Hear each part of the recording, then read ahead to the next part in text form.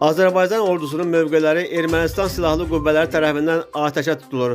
Azərbaycan Müdafiə Nazirliyi bununla bağlı gün ərzində 3-cü dəfə məlumat yayıb.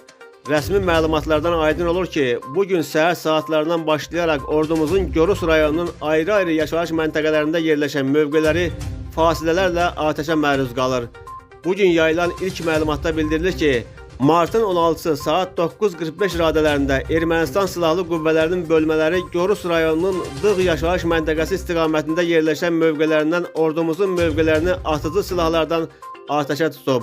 Bundan başqa, martın 16-sı saat 18:35 radələrində Ermənistan silahlı qüvvələrinin bölmələri Gorus rayonunun Xəzinəvar yaşayış məntəqəsi istiqamətində yerləşən mövqələrindən ordumuzun mövqələrini atıcı silahlardan atəşə tutub.